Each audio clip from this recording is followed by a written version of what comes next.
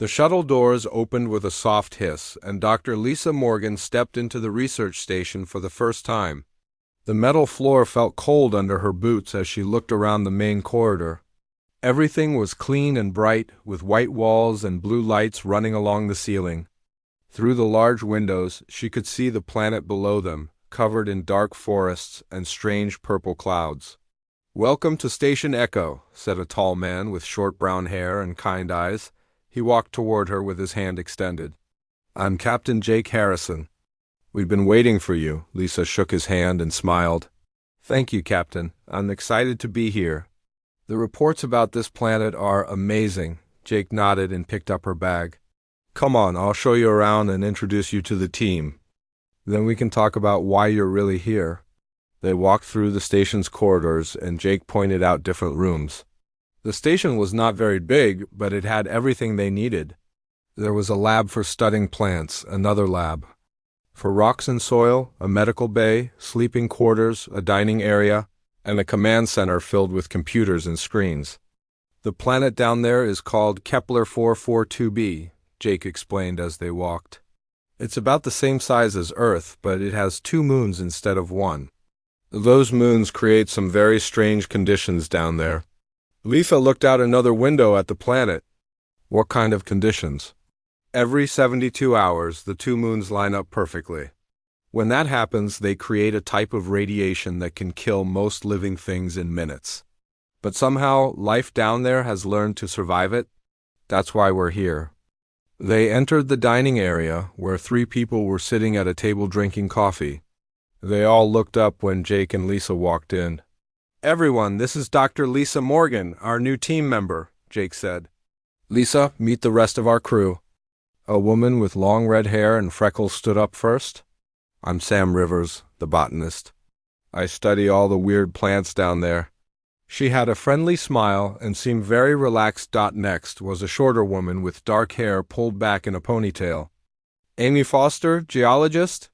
I look at rocks and dirt, but trust me, the rocks here are not boring." She had dirt under her fingernails and looked like she had been working hard. The last person was a young man with blonde hair and glasses. "Ryan Beck, communications officer. I keep us connected to Earth and monitor all the signals from space." He seemed quiet, but gave Lisa a warm smile. "It's great to meet you all," Lisa said. "I've read your reports. The work you're doing here is incredible." They sat down together and Sam poured Lisa a cup of coffee. "So what's your specialty?" Sam asked. "I'm a xenobiologist," Lisa replied. "I study alien life forms. Earth Command sent me here because they think there might be intelligent life on this planet." The room became quiet for a moment. Ryan adjusted his glasses. "Intelligent life? We haven't found any signs of that. Just plants and some small animals." "That's what makes it interesting," Lisa said. "The reports mention some strange things. Equipment going missing, unusual readings, patterns that don't seem natural. Sometimes these things can be signs of intelligence." Amy leaned forward. "We've had some weird stuff happen, but we figured it was just equipment problems or maybe some kind of interference from the moons." Jake nodded. "We've lost some small tools and had some computer glitches, but nothing that seemed like intelligent life was causing it." "What kind of things went missing?" Lisa asked. "Small stuff," Sam said. "A data pad, some sample containers, a few tools. We always assumed someone just misplaced them." "And the computer problems?" Lisa continued. Ryan spoke up. "Our scanners sometimes stop working for no reason. The readings get all mixed up, especially when we're trying to study certain areas of the planet. We've replaced the equipment twice, but it keeps happening." Lisa felt excited. These were exactly the kinds of signs she had hoped to find. "Can you show me where these problems happen most often?" "Sure," Amy said. "There's a section of forest about 50 kilometers from here. We call it the dark zone because our equipment always fails there. It's frustrating because the soil samples from that area are the most interesting." They spent the next hour talking about the planet and the strange things that had been happening. Lisa learned that the team had been on the station for 6 months, and the weird events had been happening almost since they arrived. What none of them knew was that they were being watched. High above them, In the shadows of the station's outer hull, a figure clung to the metal surface. The being was tall and thin, with skin that seemed to shift and change like liquid shadow. Its large eyes, adapted for seeing in darkness, watched the humans through the window. Zara had been observing these strange creatures for weeks now. She had never seen anything like them before. They were so different from her people, the Umbral, who lived in the darkness and shadows of the planet below. These beings seemed to love light and made everything around them bright and loud. At first, Zara had been afraid of them. Her people had always hidden from other species, especially ones that came from the stars. The Umbral had learned long ago that being discovered usually meant death or slavery. But as she watched these particular star beings, she began to notice something different about them. They were gentle with the planet. When they took samples, they were careful not to damage the plants or disturb the animals. They seemed to care about the life they found, not just use it. This was very different from what the Umbral elders had taught her about star beings. Zara had been taking small things from them, partly to study these creatures and partly to make them leave. But every time she took something, they just replaced it and kept working. They didn't get angry or start destroying things. They just seemed confused and kept trying to understand what was happening. The female with the red hair, Sam, had even left food out sometimes, as if she thought some animal was taking their things. Zara had tasted the food and found it strange but not unpleasant. It was very different from the fungi and root vegetables her people ate in the dark caves below. Now there was a new one, Lisa. Zara had heard them talking about intelligent life, and it made her nervous. This new star being was looking for creatures like her. Zara knew she should report back to her people and tell them about this new threat, but something made her want to keep watching. These star beings were so curious about everything. They looked at plants and rocks with the same wonder that Umbral children showed when they first saw the underground crystal gardens. They took pictures of everything and seemed excited by every new discovery. Zara watched as the group finished their meal and started to separate. The new one, Lisa, was looking at a small device that showed images of the planet. She seemed very interested in the area that the others called the Dark Zone. That was very close to one of the Umbral settlements. This was becoming dangerous. If this Lisa person went to the Dark Zone with her equipment, she might discover the hidden entrances to the Umbral caves. Zara would have to be more careful now, maybe even more active in keeping them away from certain areas. As the humans went to their sleeping quarters, Zara quietly moved along the outside of the station. She had learned their routines over the weeks of watching. Soon they would all be asleep, and she could slip inside to learn more about this new threat. But deep down, Zara was no longer sure if that was the right word for them. These star beings seemed more like lost children than dangerous invaders. Still, she had to protect her people, even if it meant staying in the shadows and living with the loneliness of being the only one who knew the truth about both species. The twin moons were beginning to rise in the distance, and Zara felt the familiar fear run through her body. Soon she would have to retreat to the darkest parts of the station to avoid their deadly light. But for now, she could watch these fascinating creatures a little longer and try to understand what they really wanted from her world. Lisa had been on the station for 3 days when the warning alarms started going off. The loud sound echoed through all the corridors and red lights flashed on every wall. She was in the lab looking at plant samples when Jake's voice came over. The speaker system. All crew to the safe room immediately. Twin moon alignment begins in 2 hours. This is not a drill. Lisa looked up from her work, confused. She had read about the twin moons and their dangerous radiation, but she had never experienced it before. Through the lab window, she could see both moons in the sky. Slowly moving toward each other, Sam rushed into the lab, her face worried. Lisa, we need to go now. When those moons line up, the radiation they create can kill you in minutes. But I'm wearing a protective suit, Lisa said, pointing to the special clothing she had put on that morning. The manual said it would protect me from radiation?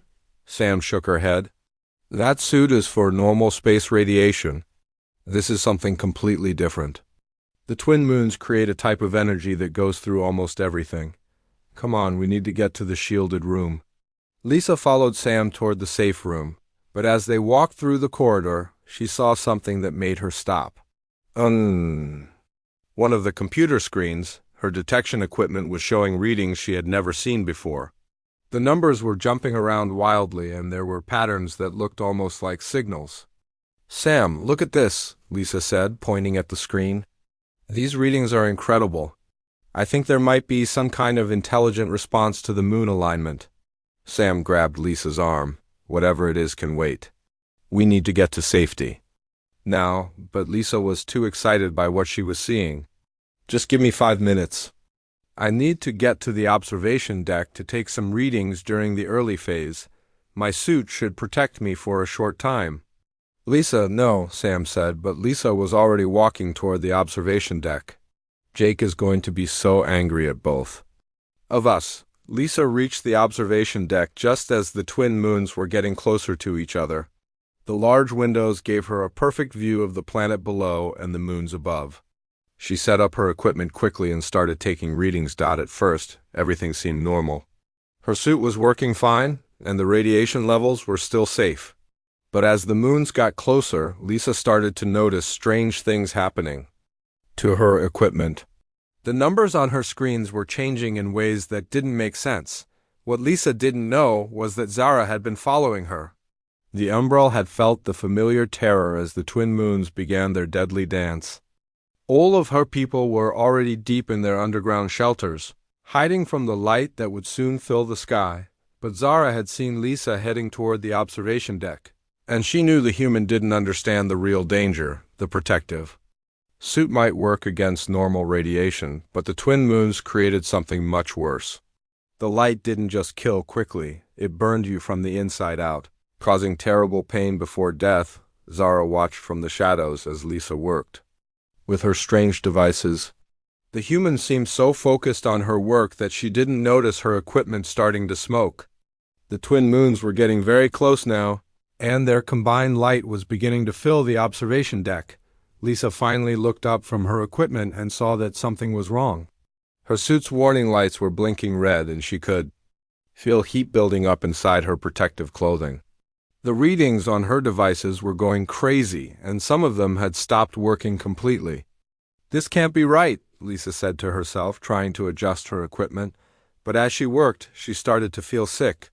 Her head was spinning, and her skin felt like it was burning even inside the suit.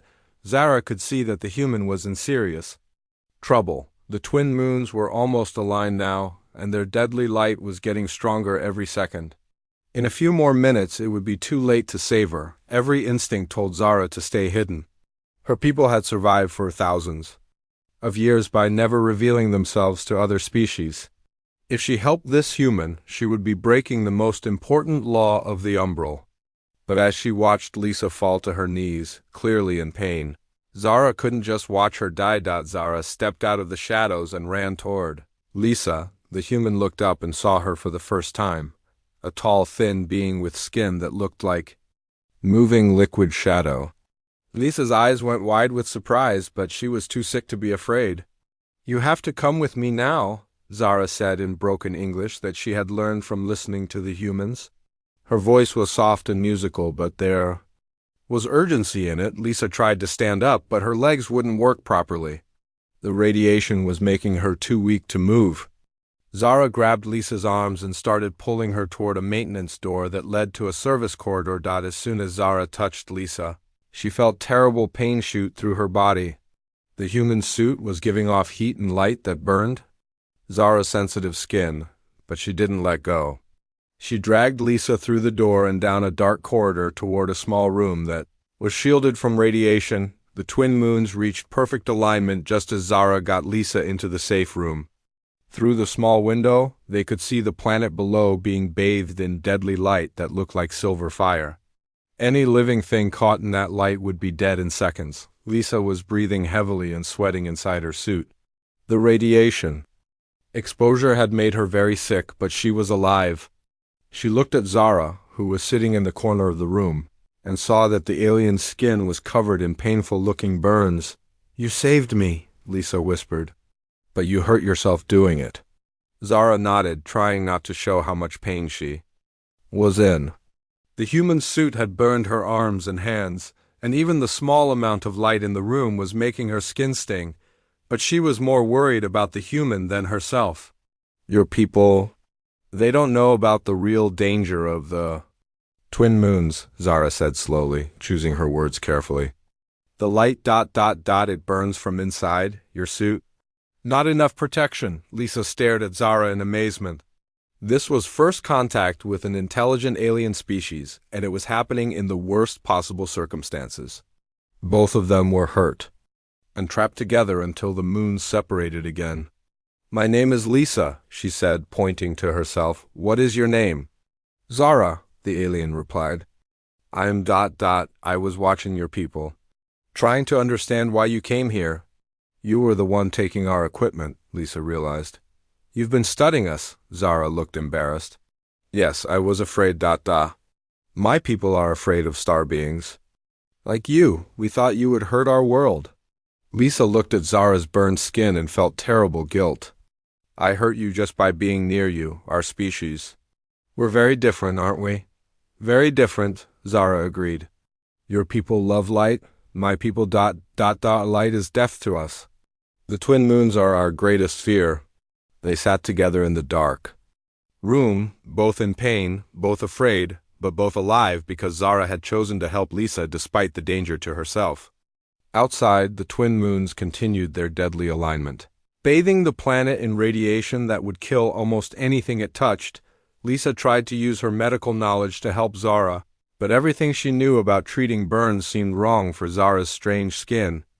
And Zara tried to help Lisa understand the radiation sickness, sharing what her people knew about surviving the twin moon cycles.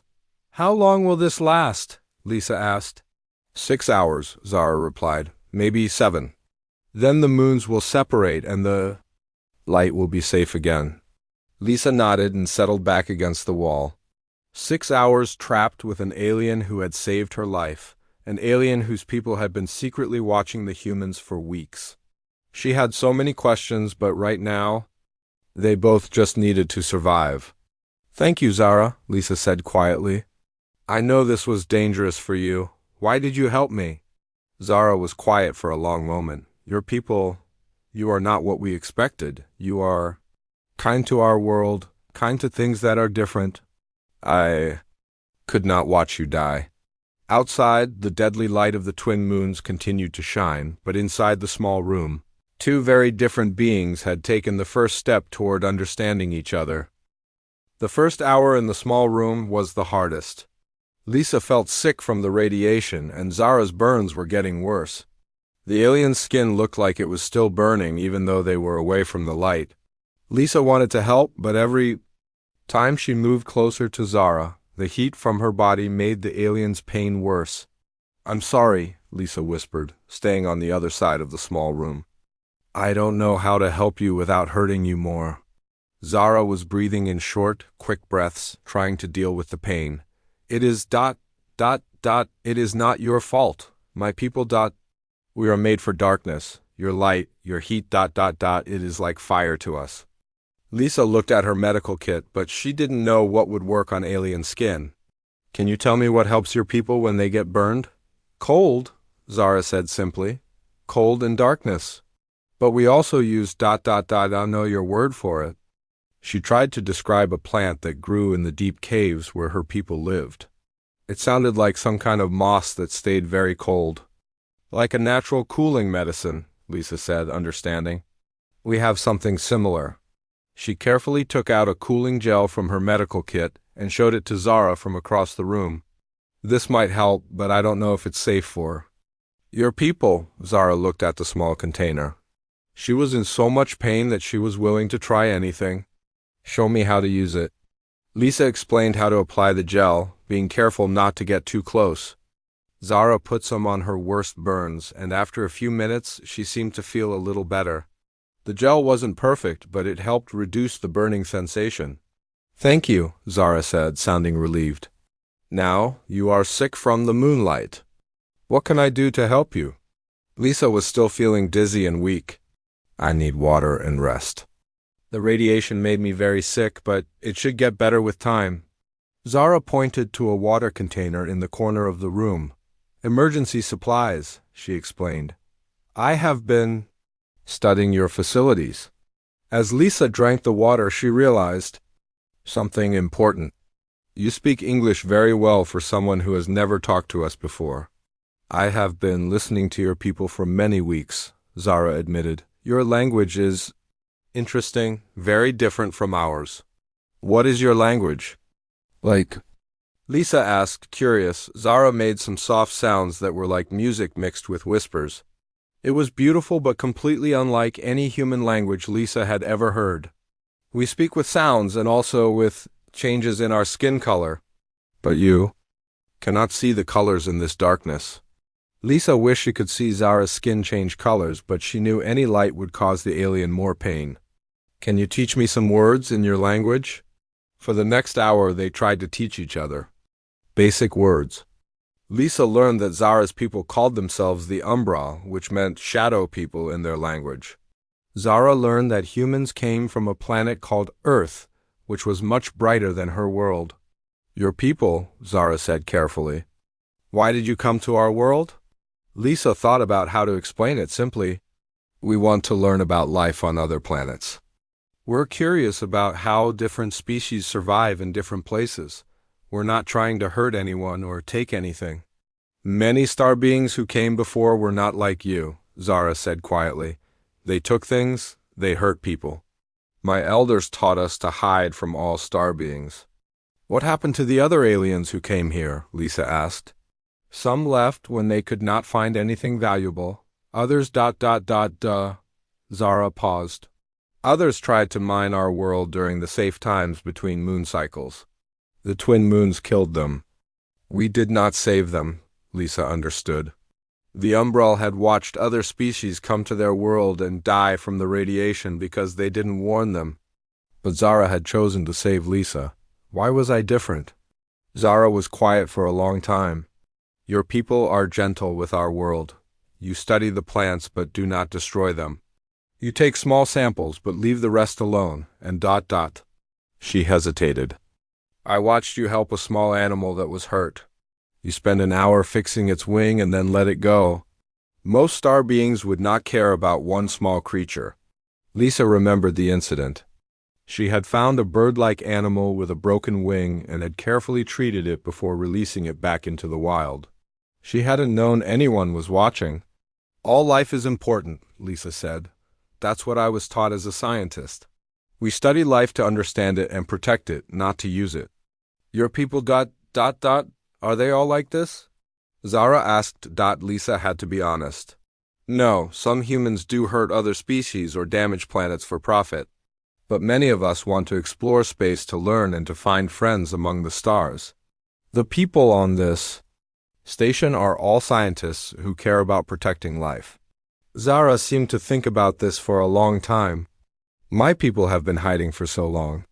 We are afraid of everything from outside our world, but maybe we have been wrong about some star beings. Suddenly, they heard voices and footsteps in the corridor outside their room. Lisa recognized Jake's voice calling her name. The rescue team had found them. Lisa, are you in there? Jake shouted through the door. I'm here. Lisa called back, but don't come in with lights. There's someone with me who is hurt by light. What do you mean someone is with you? Jake asked, confused. Lisa looked at Zara, who looked terrified.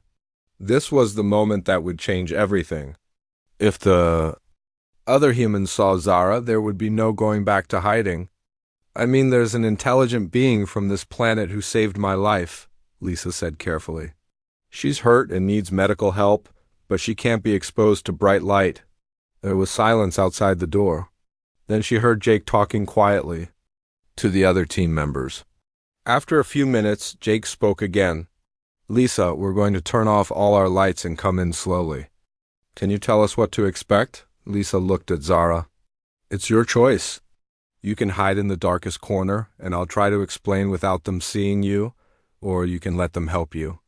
Zara was scared, but she was also in a lot of pain from her burns. If they are like you, if they want to help ...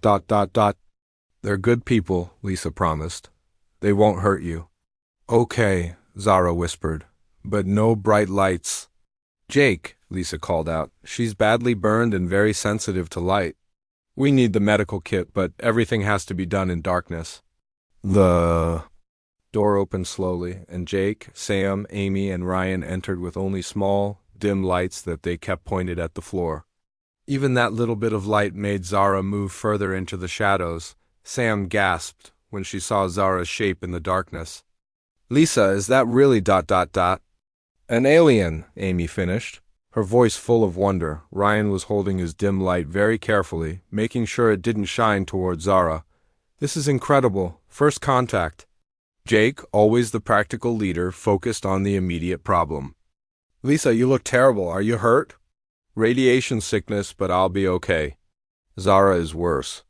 She got burned saving me from the twin moon radiation. Jake looked toward Zara, though he could barely see her in the darkness. Zara, that's your name? Thank you for saving our friend. Zara's voice came from the shadows, soft and musical. You're... Lisa ... She is a good person. I could not let her die.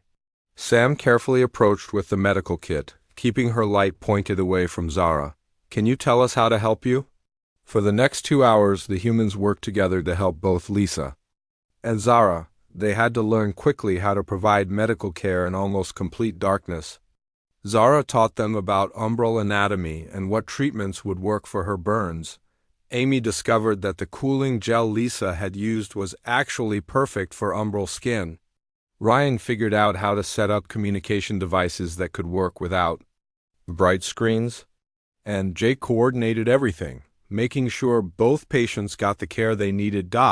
As the twin moons finally began to separate outside, reducing the deadly radiation, the group had formed an unlikely bond. 5 humans and 1 umbral, working together in the darkness, learning that their differences didn't have to divide them. The danger is passing, Zara said, looking toward the small window. Soon it will be safe to move. Where will you go? Lisa asked. Back to your people? Zara looked worried. I have broken our most important law by revealing myself to you. I do not know if my people will accept me back, Jake spoke up. Then maybe it's time for both our peoples to learn that some laws need to change. 2 days after the twin moon alignment, Zara was strong enough to travel. Her burns were healing well with the human medicine, but she knew she had to return to her people. She had been away too long, and the umbral would be worried about her. I must go home? Zara told Lisa as they sat in the darkened medical bay. My people will send search parties if I don't return soon. Lisa understood, but she was worried. What will happen when you tell them about us? I don't know, Zara said honestly. Some will be angry that I broke the hiding law. Others might be curious about your people, but the elders, they will be afraid. Jake entered the medical bay carrying a small device. Zara, before you go, would you be willing to take this with you? It's a communication device. If your people want to talk to us, they can use it to contact the station. Zara looked at the device carefully. It was small and didn't produce any light. What does it do? It sends voice messages between your people and ours, Jake explained. We could talk without having to meet in person. It might be safer for both sides. Zara took the device and studied it. I will show it to my elders, but I cannot promise they will use it. Lisa helped Zara pack some medical supplies that would work on umbral skin. These might help convince your people that we want to be friends. Thank you, Zara said. You have been very kind to me. That evening, Zara left the station through a maintenance tunnel that led to the planet's surface. Lisa watched her go, with mixed feelings. She was happy that Zara was safe, but worried about what would happen next. Zara traveled through the dark forests for most of the night, moving through shadows and avoiding the few areas where moonlight touched the ground. She knew the way home by heart, but this time the journey felt different. She was returning with secrets that could change everything for her people. The Umbral City was built deep underground, in a system of natural caves that had been carved and shaped over thousands of years. The walls glowed with a soft blue light that came from special crystals that didn't hurt umbral skin. The city was beautiful in its own way. With flowing curves and hanging gardens of cave plants, Zara entered through a hidden entrance and made her way to the central chamber where the elders lived.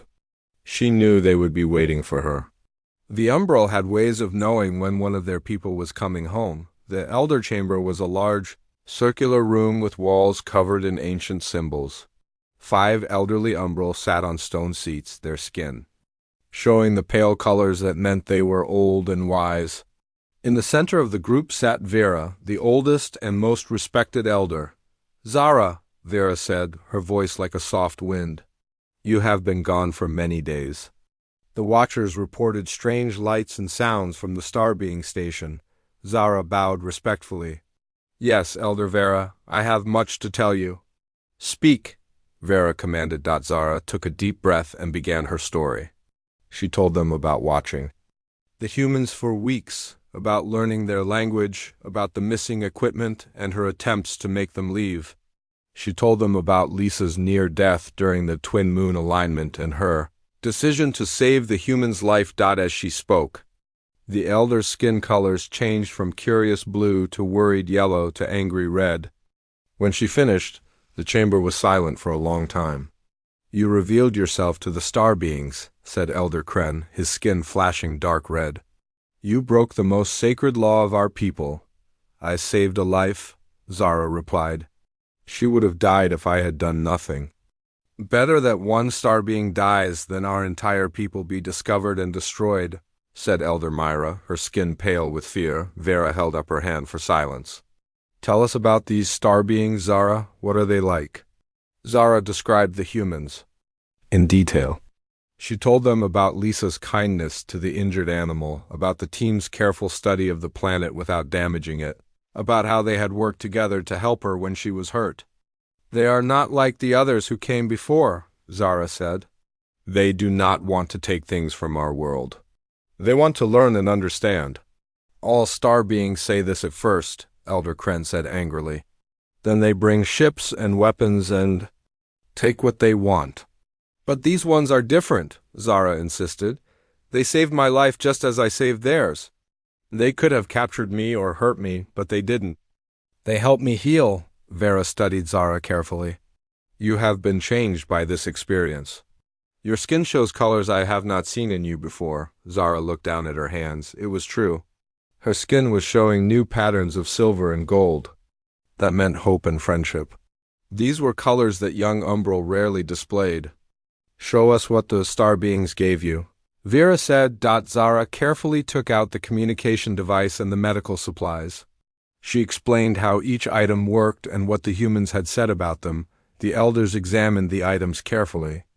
Elder Shan, who was the group's expert on technology, studied the communication device with great interest. "This is very advanced," he said.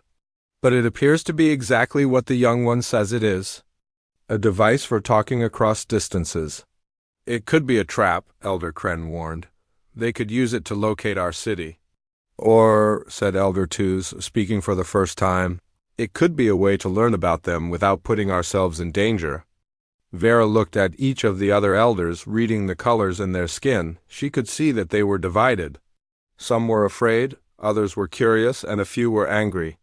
"Zara," Vera said finally, "you have put us in a very difficult position.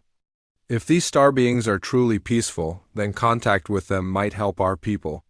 We have been hiding for so long that our population is becoming smaller each generation. We need new knowledge and new possibilities." Zara felt hopeful.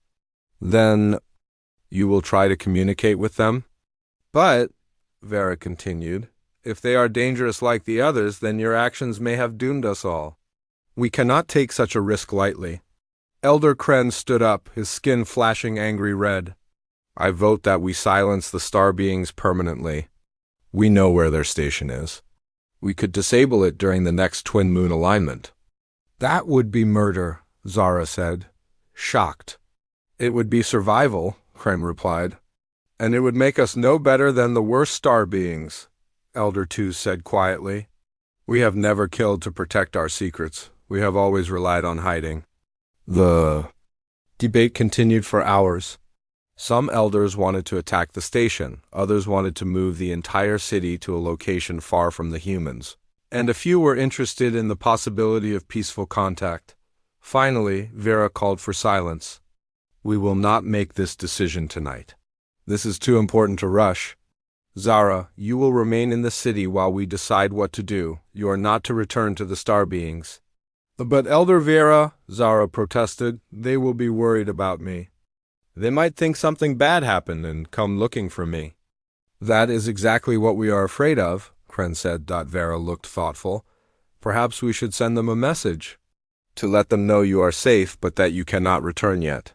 Elder Shan picked up the communication device. "I could modify this to send a message without revealing our location." "Do it," Vera decided, "but the message must be careful. We don't want to give them any information they could use against us." As the elders worked on the message, Zara felt torn between two worlds.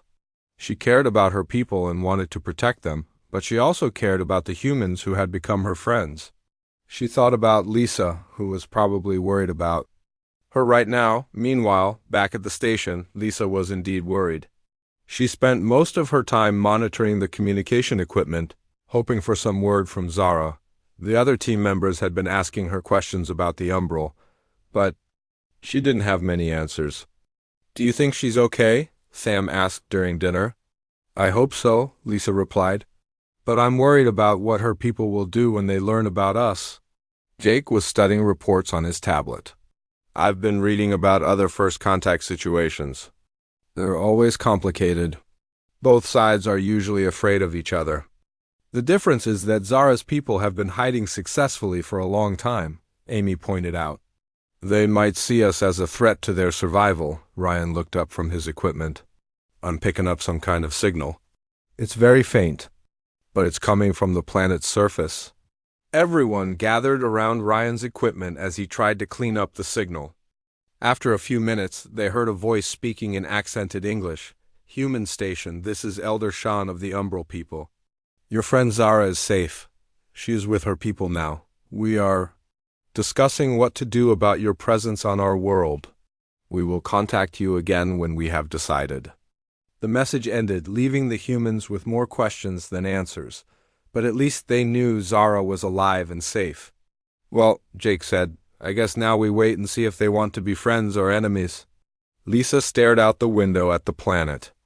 Below, where somewhere in the darkness, Zara was fighting for the future of both their peoples. The twin moons hung low in the dark sky like two silver eyes watching the planet below. Jake stood at the edge of the human outpost, his hands shaking as he looked up at them. In 3 hours, both moons would reach their highest point. That was when the experiment would begin. Zara moved beside him, her silver skin glowing softly in the moonlight. She was still weak from the psychic explosion that had revealed their secret to her entire people, but she refused to stay behind. "You do not have to do this," she said, her voice flowing directly into his mind. "My people have lived with this curse for thousands of years. We can continue to live underground." Jake turned to face her. Her large eyes reflected the twin moons, making them look like pools of liquid starlight. "Your brother was right. This might be the only chance to free your people. I have to try." Behind them, Dr. Lisa Chang finished checking the medical equipment one more time. She had argued against the experiment for hours, but Jake had made his decision. Now she could only try to keep him alive if something went wrong. "The Luminary Council still wants us to leave the planet," Pete Davis said as he walked up to them. "Half of them think we are demons sent to destroy them. The other half think we are some kind of saviors. What do you think we are?" Jake asked. Pete smiled. "I think we are just humans trying to help some friends." Amy Brooks ran toward them from the communication station. "Jake, we are getting signals from the Luminary underground cities. Thousands of them are coming to the surface. They want to watch the experiment." Zara closed her eyes and reached out with her mind.